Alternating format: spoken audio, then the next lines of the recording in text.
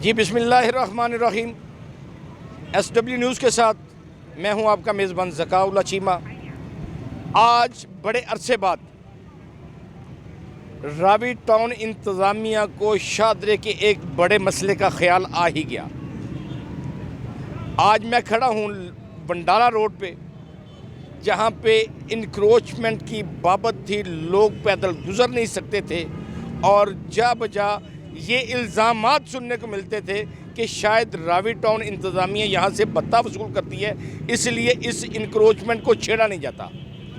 आज मेरे साथ मौजूद हैं वासिफ अयूब, इंस्पेक्टर हैं इंक्रोचमेंट रावी टाउन के।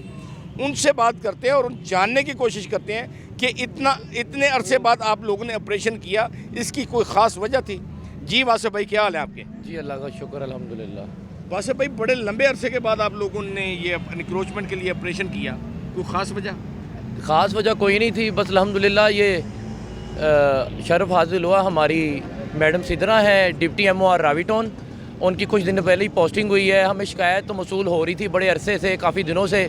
तो हम कुछ बिल्डिंग की इंक्रोचमेंट भी कर रहे थे, उनकी डेमोलिशिंग भी कर रहे थे, और कुछ एरिया हमारा बदामी बाग का है, रावी का और शहर का है, वहाँ पर इलीगल इंक्रोचमेंट थी, वो भी रिमूव कर रहे थे।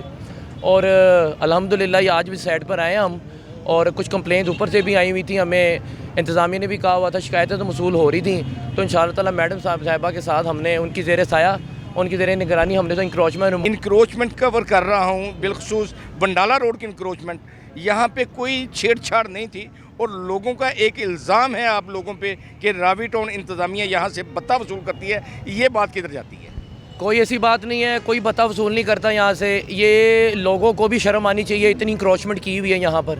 हम आए हैं, हमने सारी इंक्रोचमेंट रिमूव की है, कोशिश की है जितनी हो गई है, और इंशाल्लाह इसे करते रहेंगे, रोज़मर्रा की बुनियाद पे करेंगे। और ये लोगों को खुद भी थोड़ा सा होना चाहिए, हमारे साथ ताउन करना चाहिए कि दुकान के बाहर 25-25, 20-20 फुट बाहर आके उन्होंने अड्डे लगाए हुए हैं। दुकानदारों ने अड्डे, उन्हें आगे से अड्डे किराए पे दिए हुए हैं और किराया ये खुद वसूल कर रहे हैं। और हम इनको अगर 2-4 हज़ार रुपये की टिकट काट दें जो सरकारी ख़जाने में जमा करानी है, तो ये वो 2-3 हज़ार रुपये सरकारी ख़जाने में टिकट नहीं जमा कराएंगे। पिछले दुकानदार को 10-10, 15-15 हज़ार रुपया, 20-20, 25-25, 30-30 हज़ार रुपये, यहाँ तक कि मुझे सुनने में आया कि 50-50, 60-60 हज़ार रुपया महीना पिछले दुकानदार लेते हैं, उनको दे देंगे। लेकिन हमारे गवर्नमेंट के खाते में एक 5 हज़ार रुपये का महीने का टिकट नहीं जमा कराएंगे। अभी वासिफ भाई आप इधर मौजूद हैं और अभी आपने ताज़ा तरीन इंक्रोचमेंट की है, आपकी मशीनरी भी वापस नहीं की, और मेरा कैमरा मैन आपको दिखाता है कि इंक्रोचमेंट वैसी की वैसी है। देखें जी, ये छोटा काम नहीं है, ये काफ़ी एक दो दिन का काम नहीं है, ये डेली रोज़मर्रा की बुनियादों पर करने वाला काम है। मैं आपको फिर कह रहा हूँ, हम इंक्रोचमेंट रिमूव करते रहेंगे, रोज़मर्रा की बुनियाद पे करते रहेंगे। और हमारी जो डिप्टी MOR है सिद्रा साहिबा, वो भी हमारे साथ इंशाल्लाह आएंगी। हम कल फिर आएंगे, परसों फिर आएंगे, हम डेली बुनियाद पर इसको इंक्रोचमेंट को रिमूव करेंगे। इसमें हमें ना इनके ताउन की भी ज़रूरत है कि ये अगर अपनी दुकान के अंदर बैठें या एक आधा 1-1.5 फुट बाहर बैठ जाएँ, 25-25, 20-20 फुट बाहर बैठेंगे, हम इनको अब जुर्माने करेंगे, पर्चे देंगे, ठीक है, इनका ही नुकसान होगा। और हम इनको गोली तो मार नहीं सकते, ठीक है, लेकिन इनको खुद भी शर्म आनी चाहिए। तो भत्ता वाला जो, अब दूसरी बात की, जो भत्ते वाला, अगर भत्ते वाला ऐसा कोई मामला होता तो हम यहाँ पर इंक्रोचमेंट रिमूव करते ही ना। अच्छा वासिफ भाई, आप ये बिल्कुल मिशन लेके आए हुए हैं और ये आप बिल्कुल वाज़े अल्फाज में बता रहे हैं कि आप डेली की बुनियाद पे यहाँ पे इंक्रोचमेंट करेंगे जी इंशाल्लाह। और एक छोटा सा सवाल है कि ये जो लोग बेरोज़गार होंगे इंक्रोचमेंट से, क्या गवर्नमेंट के पास कोई सेकंड ऑप्शन है कि इनको कोई दूसरी जगह मुहैया की जाए? सर बेरोज़गार क्यों होंगे, ये अपनी इसमें लाइन में रहें ना, लाइन में रहें। हमारे कमिश्नर साहब को आके मिले, हमारे एडमिनिस्ट्रेटर लाहौर हैं उनको मिले, हमारे CCO लाहौर हैं उनको मिले, MOR लाहौर हैं उनको आके मिले, ठीक है, उनको अपने मसला बताएं, वो कोई अच्छा हल बताएंगे। और दूसरी बात ये 30-30, 25-25 फुट बाहर आके बैठे हुए हैं, ये हमसे कहते हैं जी हमें 1.5-2 फुट की जगह दे दें, ठीक है। आप ये अंदाज़ा करेंगे, ये रोड जब पिछली मरतबा खाली करवाई गई तो इसको नाम दिया गया कि ये सर्विस रोड है और ये शादरा हॉस्पिटल के साथ जॉइन है, तो यहाँ से अपना शादरा हॉस्पिटल जाने के लिए आसानी होगी।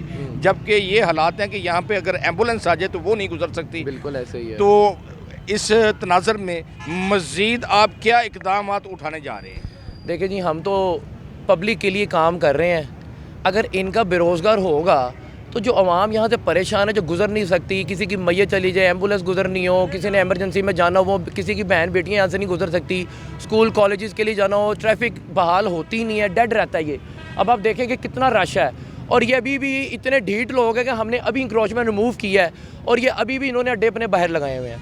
तो हम मतलब कि ये अलमिया है कि ये आवाम को इनको समझना चाहिए, ठीक है। हम इनको कितना कुछ समझाएंगे, वो यही है कि फिर हम डेली बेसिस पे करेंगे, या तो ये अपनी लिमिट में आ जाएं, तो या तो फिर जोन सा ठीक है हम हाजिर हैं इनको उठाने के लिए, हम उठाएंगे, ये बेरोज़गार होते रहे। जी, इंस्पेक्टर इंक्रोचमेंट वासफ अली भट्ट साहब का ये कहना है कि दुकानदारों को अपनी हद में आना होगा, नहीं तो हम डेली की बुनियादों पे टीएमओ रावी टाउन सिद्रा साहबा की क़यादत में इंक्रोचमेंट करते रहेंगे।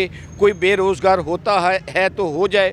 यहाँ से एम्बुलेंसेस का गुजरना या ट्रैफिक का गुजरना इंतहाई ज़रूरी है। सड़क के ऊपर कतन भी किसी को कारोबार नहीं करने दिया जाएगा। जी, यहाँ पे वो दुकानदार भी मौजूद हैं जिनके यहाँ से अड्डे उठाए गए या तोड़े गए इंतज़ामिया की जानिब से। मेरे साथ एक भाई मौजूद हैं जो ये शिकवा करते नज़र आ रहे हैं कि शायद बत्ते में कमी है जिसकी वजह से ये सारा ऑपरेशन लॉन्च किया गया है। जी मेरे भाई, अस्सलाम वालेकुम सर, ये जो भी काम ये करवाना चाह रहे हैं ये पक्का करवाएं। ये नहीं कि 2 माह बाद आगे 3 माह बाद आगे, जो भी करवाना करवाएं। एक हदूद दें उनको जहाँ तक बैठना है, या कोई बम्बू वगैरह या जो भी लगाना है सरिया यहाँ पे लगा दे कि ये इस हद से आपने बाहर नहीं आना। ये 6 माह बाद 3 माह बाद 4 माह बाद ये आते हैं, ये लोग इसी तरह आते हैं। आप लोगों से कोई पैसों की डिमांड भी होती है, मुझे ये बताएं। जी होती है, बिल्कुल होती है। ये सारे रेडियों वाले फटों वाले ये सब देते हैं इनको। आम रेशो क्या है पैसे की, कितना 500 एक फटे वाला 500 रुपया देता है इनको। जब ये नहीं जब ये इनका ऑपरेशन शुरू होता है तब ये लेते हैं।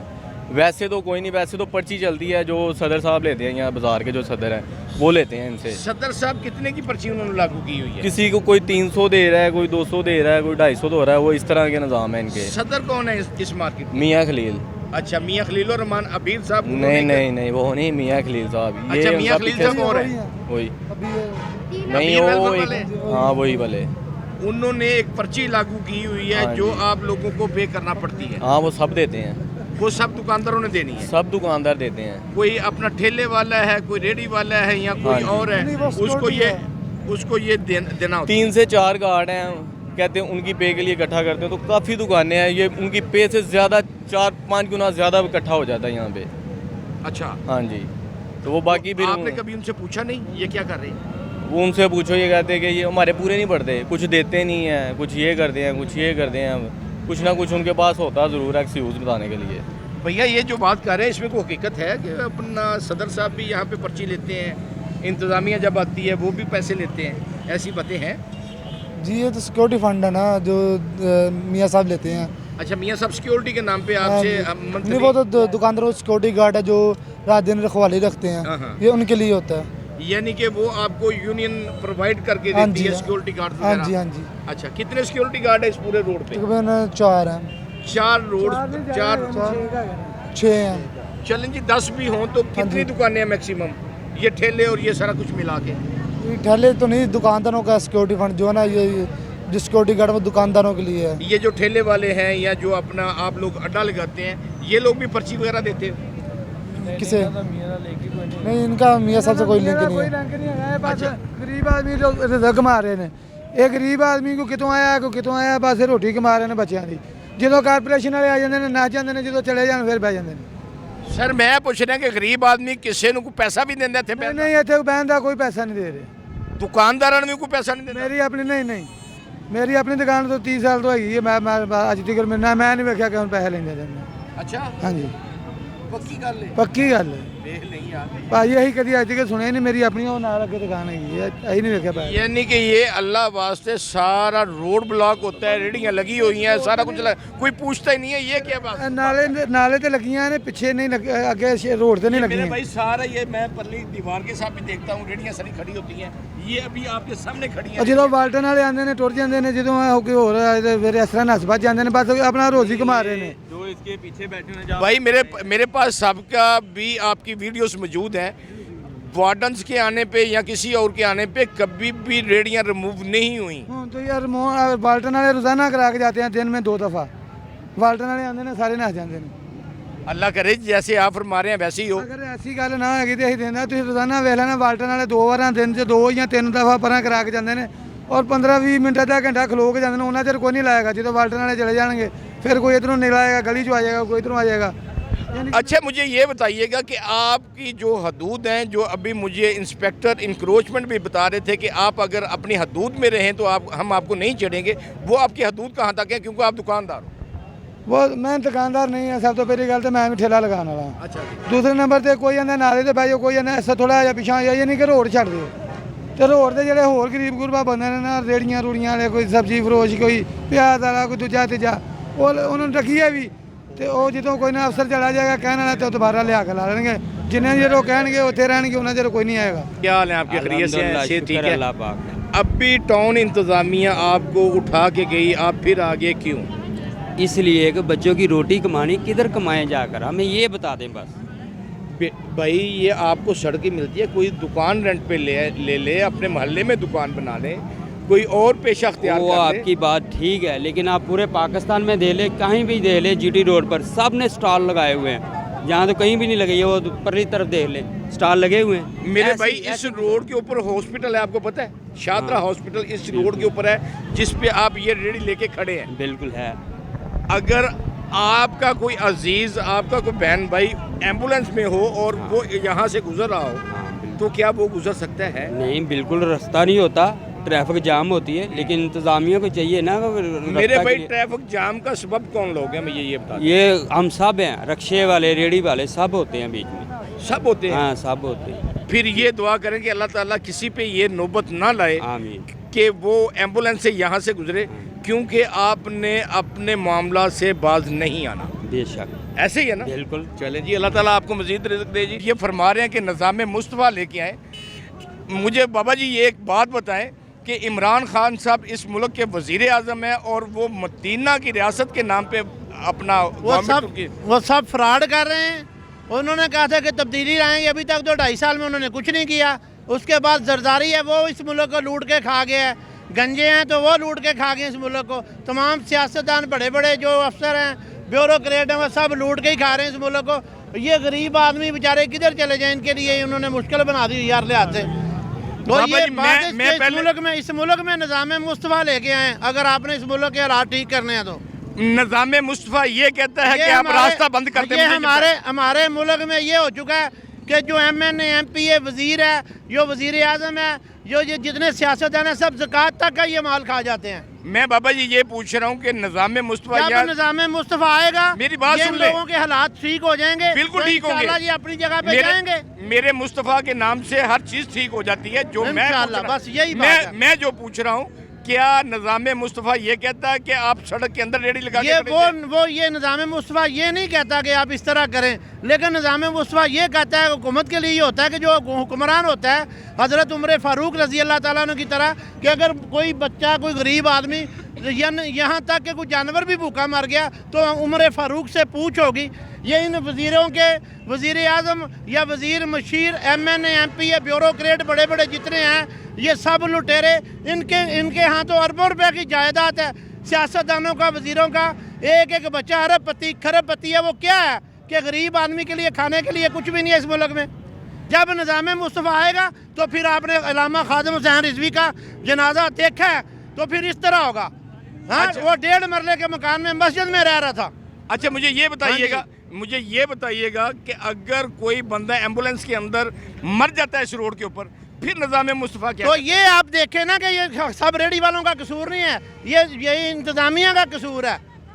अभी आप देखें कि अगर एम्बुलेंस को रास्ता नहीं दे रहा तो वो सड़क के ऊपर जाएं, ये रेडी वो सड़क के ऊपर दे। बाबा जी अभी तो पुलिस की गाड़ी को रास्ता नहीं मिल रहा, कैमरा लेकर नहीं, ये अभी तो पुलिस की गाड़ी को रास्ता नहीं मिल रहा। तो किसी अच्छे बंदा आप जिसकी ये खबरें लगाते हैं, सुनते हैं, जिनसे इंटरव्यू लेते हैं, उनकी तो खबरें तक नहीं आप देते कि हकीकी बात जो उन तक पहुँच ना जाए। किन तक ना पहुँचे? हुक्मरानों तक जो मुतलका लोग हैं उन तक तो ये बात आप पहुंचने में नहीं देते ना। बाबा जी आपका जितना इंटरव्यू है, मैं वादा करता हूं कि एक लफ्ज नहीं काटूंगा। बस ये मैं कहता हूं कि आपसे भी अपील करता हूं कि आप भी जो मुसलमान, सही मुसलमान है ना, ये जो लुटेरे सियासतदान हैं, लुटेरे हुक्मरान हैं, लुटेरे अफसरान हैं, इनके आप हौसला शिकनी करें। ये जो अरबपति बने बैठे हैं, गरीबों के लिए कुछ करें, गरीबों के लिए कुछ करें। बस यही बात है। जब इस मुल्क में निज़ाम मुस्तफ़ा आएगा तो इंशाल्लाह ये सब ठीक हो जाएगा। मुझे ये बताएं कि निज़ाम मुस्तफ़ा कैसे आएगा, थोड़ा सा ये मुझे बता। जो निज़ाम मुस्तफ़ा लेकर आने वाले हैं, जिनको कुल अल्लाह नहीं आती, जिनको कोई सूरत नहीं आती, कलमा शरीफ सही तरीके से नहीं आता, वो क्या रियासत मदीना बनाएंगे? वो क्या निज़ाम मुस्तफ़ा लेके आएंगे? निज़ाम मुस्तफ़ा तो वो लेके आएगा जो हुज़ूर अलैहिस्सलातु वस्सलाम का सच्चा सुच्चा अश्क़ रसूल खादम है। यानी कि आप मुझे ये दबे लफ्ज़ों में बता रहे हैं कि मुझे लब्बैक या रसूलुल्लाह के पीछे जाना पड़ेगा। ये लब्बैक या रसूलुल्लाह सल्लल्लाहु अलैहि वसल्लम इंशाअल्लाह हकीकी जमात है। लब्बैक या रसूलल्लाह, लब्बैक या रसूलल्लाह, लब्बैक या रसूलल्लाह, लब्बैक। ये अब ये लोग लब्बैक या रसूलल्लाह के नारे लगा रहे हैं, हुक्मरानों तक ये इंटरव्यू जाएगा तो उनको ये तकलीफ होगी कि ये क्या हो गया। नहीं जी, इंशाल्लाह मेरे मोहम्मद का नाम जहाँ जाता है वहाँ बहारे आते ही हैं, ये तकलीफें नहीं होती। तो ये भी है भाई, ये साफी लोग तो उनकी खबरें भी नहीं देते ना। अभी तक क्या हुआ है भाई? मेरे साफी खबरें नहीं देते, वो आपके हुक्मरान चलाने नहीं देते। आप हमारे हुक्मरान जो ये फिर साफत आजाद तो ना ये आप कहें ना, ये आप माने हमारा गलत दबाव है। मैं कह रहा हूँ हमारा गला दबाव है तो आपको खोले ना, आप तो इंसाफ करें ना। ये गला खुला है तो आपसे बात हो रही है। अभी पहले तो हमने देखा कि कई दफ़ा भी इस तरह हुआ है कि ये जो उनकी खबरें ही देते नहीं है। ये रियासत मदीना क्या लेके आएगा? ये तो अभी आप ये रेडी वालों के लिए, ये ठेले वालों के लिए, रेडी वालों की कोई बात नहीं है। बात सिर्फ वसूल की है कि इस मुल्क में निज़ाम कोई एम्बुलेंस में मरता है तो मर जाए, रेडी वाला साइड पे नहीं जाएगा। रेडी वाला जाएगा, रेडी वाला कैसे जाएगा? मैं ये आपसे पूछ रहा हूं। ये कह रहा हूँ कि निज़ाम मुस्तफ़ा लेके आए, इनके लिए कुछ जगह दें इनके पास। वो जो कब्जा ग्रुप है, जो जायज़ जगह वो भी कब्जा कर लेते हैं। MNA MP भूखे मरते होते हैं, जब ये सीट पे आ जाते हैं तो अरबपति बन जाते हैं। लें जी, ये गरीबों का लब्बैक या रसूलुल्लाह के दाई भी इसी चीज़ पे अड़े हुए हैं कि पहले मुतबादल दो, निज़ाम लाओ, तब्दीली सही लेके आओ। मुतबादल दो, कोई निज़ाम दो, उसके बाद हम अपने कारोबार कहीं और शिफ्ट करेंगे, वरना हमसे उम्मीद करने की ज़रूरत नहीं है। ये है तहरीक लब्बैक या रसूलुल्लाह।